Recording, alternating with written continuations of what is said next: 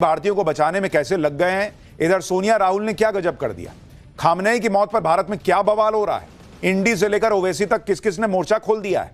Iran America युद्ध को लेकर भारत में हो रही सबसे शॉकिंग पॉलिटिक्स का चैप्टर अब आपको दिखाता हूं। ईरान और अमेरिका के बीच भयंकर युद्ध चल रहा है, दुनिया की नजर उस पर है, लेकिन यहां देश में इंडी वालों की पॉलिटिक्स अलग लेवल पर चलती है। भारत में इंडी गठबंधन पीएम मोदी पर हमले कर रहा है। आप देखिए कि युद्ध ईरान अमेरिका के बीच हो रहा है, लेकिन भारत में पॉलिटिकल युद्ध शुरू हो गया। सोनिया गांधी कह रही हैं कि भारत खामोश क्यों है, खामनेई की मौत पर पीएम मोदी को बोलना चाहिए। राहुल गांधी अब पीएम मोदी को विदेश नीति सिखा रहे हैं। महबूबा मुफ्ती से लेकर ओवैसी तक सवाल उठा रहे हैं। खामनेई की मौत पर भारत में प्रदर्शन हो रहे हैं। उधर पीएम मोदी देश हित में जो सही है वो करते चले जा रहे हैं। जहां अमेरिका अपने नागरिकों की मदद नहीं कर पा रहा, कह रहा है कि हम अभी नहीं बचा पाएंगे, अपने से निकलो, वहां प्रधानमंत्री मोदी एक एक भारतीय के लिए चिंतित हैं और क्या कर रहे हैं आज आपको दिखाऊंगा। यानी मुद्दा कोई भी हो, दुनिया के किसी भी कोने में युद्ध हो जाए, कुछ हो जाए, भारत में इंडी गठबंधन सीधे पीएम मोदी पर हमलावर हो जाता है। लेकिन इनको यह नहीं दिखाई देता कि जब दुनिया के कई देश अपनी सुरक्षा को लेकर परेशान हैं, भारत में ऐसी कोई टेंशन नहीं है। आज की डेट में पीएम मोदी किस तरह से नेशन फर्स्ट की पॉलिसी पर काम कर रहे हैं और कैसे भारत के हितों को सुरक्षित रखने के लिए किस किस को फोन लगा रहे हैं, आज आपको दिखाऊंगा। खामनेई की मौत पर इंडी गठबंधन कैसे पॉलिटिक्स कर रहा है, वॉर जोन में फंसे भारतीयों को पीएम मोदी कैसे निकालने के लिए लग गए हैं। अब इसका चैप्टर आपको विस्तार से दिखाऊं, उससे पहले ट्रेलर देखिए।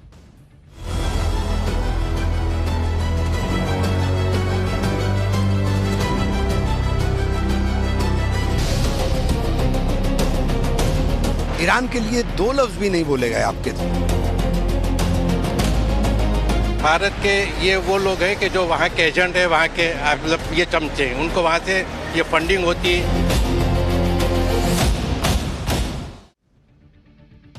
आप देखिए कि ईरान पर अमेरिका और इजरायल के हमलों के बीच भारत में किस तरह से राजनीति हो रही है। सोनिया गांधी ने ईरान युद्ध और खामनेई की मौत पर एक लंबा चौड़ा आर्टिकल लिख दिया बॉस, जिसमें युद्ध को लेकर भारत के स्टैंड पर सवाल खड़े किए हैं।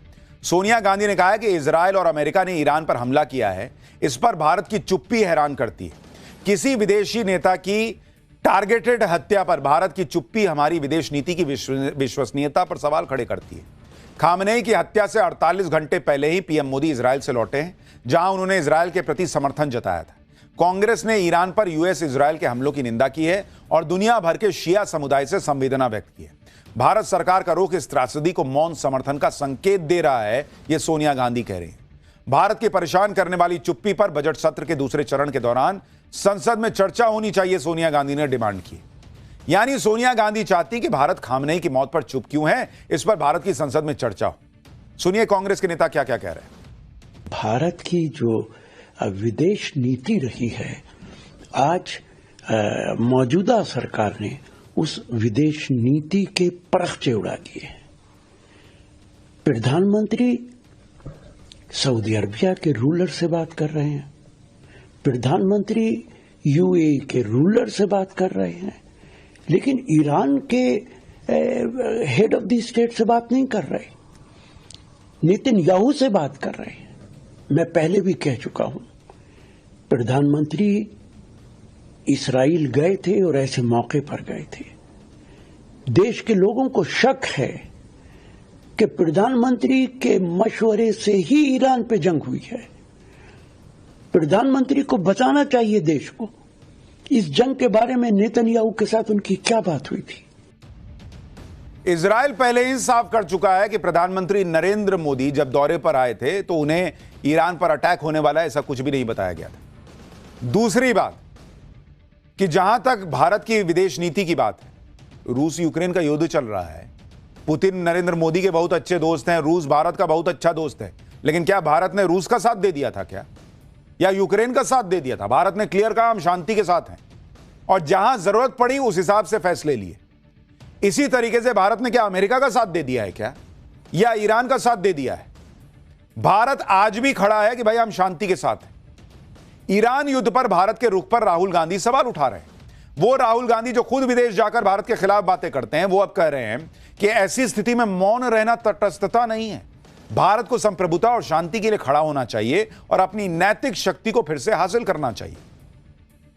कांग्रेस के नेता लगातार इस पर बोल रहे हैं। खामनेई की मौत के बाद भारत में किस कदर सियासत हो रही है आप वो भी देखिए।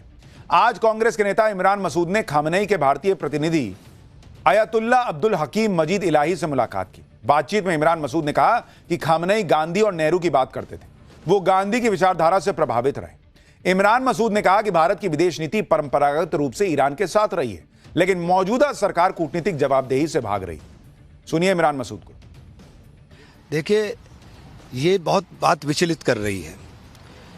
ईरान जो हमारा पारंपरिक मित्र है और जहाँ से हमारा व्यापारिक साझेदारी बहुत ज़्यादा है, तेल का 50% आयात हमारा उधर से ही होता है और उसी रूट से होकर आता है। ऐसी परिस्थिति में जब आप यूएई से भी बात कर रहे हैं, सऊदी से भी बात कर रहे हैं, आप इजराइल से भी बात कर रहे हैं, तो हिंदुस्तान को न्यूट्रल नज़र आना चाहिए। और न्यूट्रल हमारी पॉलिसी है, हमारी विदेश नीति है। लेकिन ईरान के लिए 2 लफ्ज़ भी नहीं बोले गए आपके, तो ये बहुत ज़्यादा आश्चर्यचकित भी करता है और दुखी भी करता है। इधर एआईएमआईएम के चीफ असदुद्दीन ओवैसी भी पीएम मोदी की विदेश नीति पर फायर है। उन्होंने प्रधानमंत्री मोदी के इजरायल दौरे की टाइमिंग पर सवाल किए।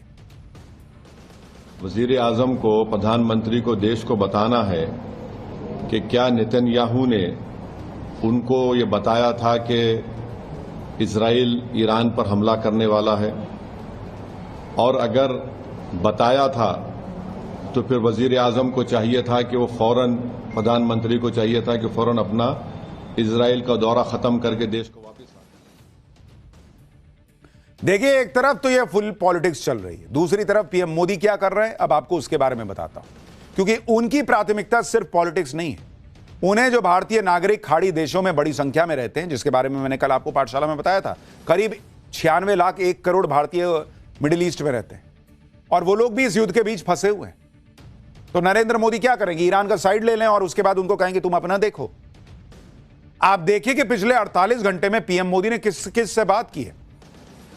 भाई, उन्होंने कतर के आमिर शेख बिन हमाद अल थानी से बात की, ओमान के सुल्तान हैथम बिन तारिक से बात की, कुवैत के क्राउन प्रिंस शेख सबा अल खालिद अल हमाद अल मुबारक अल सबा से बात की, सऊदी अरब के क्राउन प्रिंस मोहम्मद बिन सलमान से बात की, बहरीन के किंग हमाद बिन ईसा अल खलीफा से बात की, यूएई के राष्ट्रपति शेख मोहम्मद बिन जायद अल नहयान से बात की, जॉर्डन के किंग अब्दुल्ला II से बात की, इजराइल के पीएम नेतन्याहू से भी उन्होंने फोन पर बात की, और पीएम मोदी ने इन देशों से भारतीयों की सुरक्षा का मुद्दा उठाया। अब जो लोग ये कह रहे हैं कि ईरान में बात नहीं की, ईरान में किससे बात करें? वहां तो पूरी टॉप लीडरशिप साफ होती जा रही है बॉस। और दूसरी बड़ी बात कि इजराइल से भी बात की तो कहा जा रहा है कि वहां भी उनको कहा कि शांति कीजिए भाई। इस क्राइसिस के बीच जो लोग राजनीति कर रहे हैं, ये कह रहे हैं कि भारत ईरान के लिए बोल क्यों नहीं रहा। उनके राज में क्या हुआ था वो भी आपको बता देता हूं। यूपीए सरकार के दौर में जब लीबिया के शासक गद्दाफी को मारा गया था, तब भी भारत ने सधी हुई प्रतिक्रिया दी थी। साल 2011 में लीबिया पर नेटो समर्थित विद्रोही गुटों ने गद्दाफी के काफिले पर हमला किया था। विद्रोहियों के हमले में गोली लगने से गद्दाफी की मौत हो गई थी। उस समय यूपीए सरकार ने गद्दाफी की मौत पर खुलकर कुछ नहीं बोला था, ना तो औपचारिक शोक रखा था और ना ही निंदा प्रस्ताव रखा गया था। यह सब भारत के राष्ट्रीय हितों को देखते हुए प्रतिक्रिया दी गई थी। इंडी गठबंधन को इस बात से दिक्कत है कि पीएम मोदी ईरान पर कुछ नहीं बोल रहे हैं, खामनेई की मौत पर इजरायल और अमेरिका की निंदा नहीं कर रहे हैं। इंडी गठबंधन का को यह नहीं दिख रहा कि ईरान युद्ध और खामनेई की हत्या पर खुद मुस्लिम देश चुप्पी साधे हुए हैं। मुस्लिम ब्रदरहुड का नारा देने वाले सारे मुस्लिम देश अपने हिसाब से रिएक्ट कर रहे हैं। इससे भी भारत में बहुत लोग दुखी हैं। पीडीपी नेता महबूबा मुफ्ती ने कहा कि यह बहुत परेशान करने वाली बात है कि ओआईसी यानी ऑर्गेनाइजेशन ऑफ इस्लामिक कोऑपरेशन मूक दर्शक बनकर देख रहा है, जबकि अमेरिका और इजरायल ईरान की संप्रभुता पर खुलेआम आक्रामकता कर रहे हैं। ईरान के सुप्रीम लीडर की शहादत पर उनकी चुप्पी और इसका सारा दोष ईरान पर मढ़ने की कोशिश न केवल चिंताजनक है बल्कि अपमानजनक भी है। ईरान पर निर्लज हमले की निंदा करने के बजाय ओआईसी ने चुप्पी साधना पसंद किया है। एप्स्टीन गिरोह के कारनामों को गुप्त रूप से समर्थन दिया है। यह मुस्लिम उम्मा की सामूहिक चेतना और हितों के साथ गंभीर विश्वासघात का प्रतीक है। महबूबा मुफ्ती सवाल उठा रही हैं कि कहां गई मुस्लिम एकता। ईरान शिया बहुल है, इसलिए जो सुन्नी बहुल मुस्लिम देश हैं उन्हें ईरान में मारे जा रहे लोगों का दर्द महसूस नहीं हो रहा, या उन्हें अमेरिका से अपने रिश्ते बचाकर चलने। कहां गया मुस्लिम ब्रदरहुड, यह सवाल पूछा जा रहा है। खामनेई की मौत पर विपक्ष पूछ रहा है कि पीएम मोदी ईरान से बात क्यों नहीं कर रहे। ऐसे लोगों को देखना चाहिए कि पीएम मोदी इस वक्त कर क्या रहे। पीएम मोदी की प्राथमिकता युद्ध में फंसे भारतीयों को बचाने की है और पीएम मोदी ने पहले दिन से इस प्लान पर काम शुरू किया। युद्ध के बीच जहां सैकड़ों फ्लाइट्स कैंसिल हो रही हैं, लोग एयरपोर्ट पर फंसे हुए हैं, कई जगहों पर हमले के बाद एयरपोर्ट ऑपरेशनल भी नहीं है, ऐसे जगहों से भी भारतीयों को निकालने का काम भारत सरकार ने शुरू कर दिया। आज दिल्ली, मुंबई, चेन्नई, हैदराबाद में मिडिल ईस्ट से back to back flights land हुई। युद्ध के बीच से भारत लौटने वाले यात्रियों की खुशी का ठिकाना नहीं है। आप देखिए वो कितने खुश हैं। ये ऐसे ही आ गए क्या? युद्ध के बीच भारत कैसे अपने नागरिकों को वापस ला रहा, आप देखिए। आज मिडिल ईस्ट में फंसे हुए 2100 से ज्यादा भारतीय देश लाए गए। केबिन क्रू समेत 507 भारतीय दुबई से दिल्ली पहुंचे, 400 भारतीय दुबई से मुंबई पहुंचे, 300 भारतीय दुबई से चेन्नई पहुंचे और 300 लोगों को दुबई से बेंगलुरु पहुंचाया गया। 310 भारतीयों को अबुधाबी से दिल्ली लाया गया है, जबकि 300 यात्री दुबई से हैदराबाद पहुंचे। जो भारतीय यूएई और ओमान जैसे देशों से लौट रहे हैं वो क्या कह रहे हैं, सुनिए आप।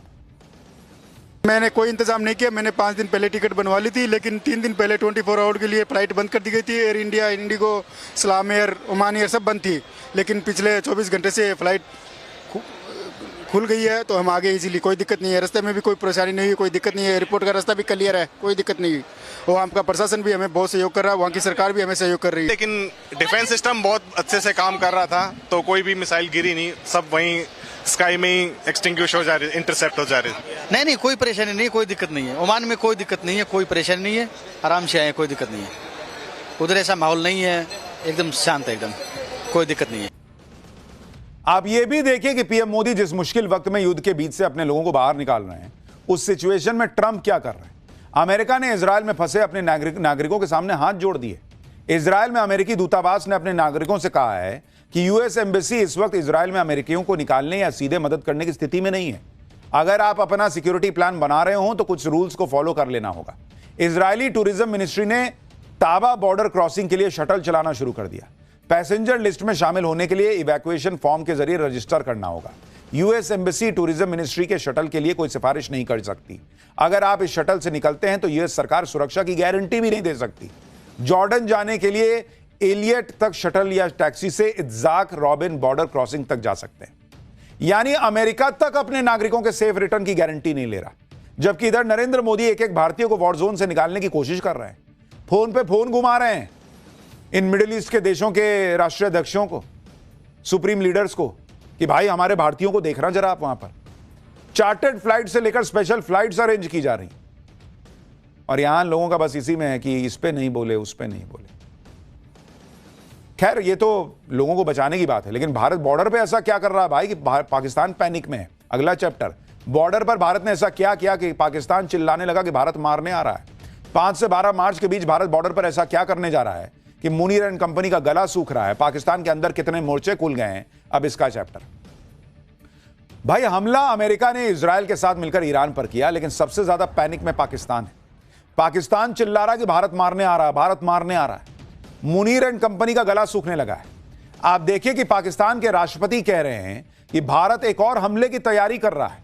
पाकिस्तान के रक्षा मंत्री कह रहे हैं कि ईरान के बाद पाकिस्तान का नंबर आने वाला है।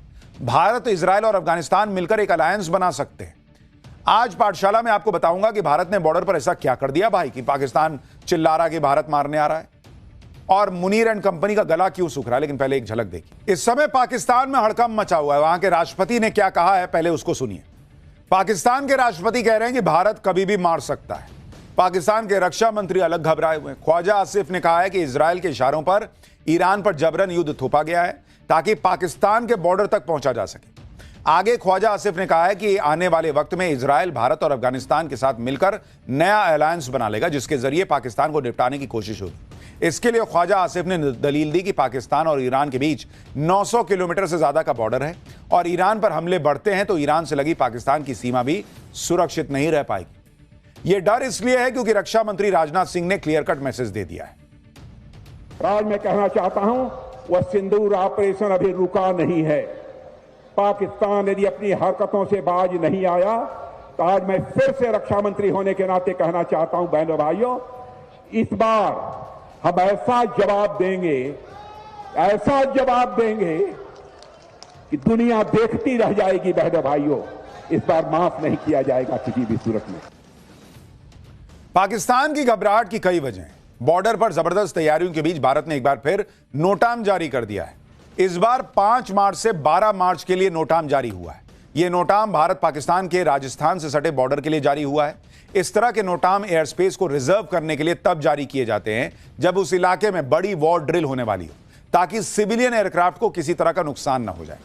यह नोटाम ऐसे वक्त में जारी हुआ है जब कुछ दिन पहले ही भारतीय वायुसेना ने राजस्थान के जैसलमेर में वायु शक्ति ड्रिल की। आप यह भी देखिए कि बॉर्डर पर भारत की धुआंधार तैयारियां देखकर पाकिस्तान पैनिक में। पाकिस्तान ने कराची और लाहौर में अपने एयर स्पेस को कमर्शियल फ्लाइट्स के लिए बंद कर दिया है। PAA यानी पाकिस्तान एयरपोर्ट अथॉरिटी की तरफ से जारी नोटिफिकेशन के मुताबिक 3 मार्च से 31 मार्च तक हर रोज सुबह 9 बजे से दोपहर 3 बजे के बीच कराची और लाहौर के एयर रूट कमर्शियल ऑपरेशन के लिए बंद रहेंगे।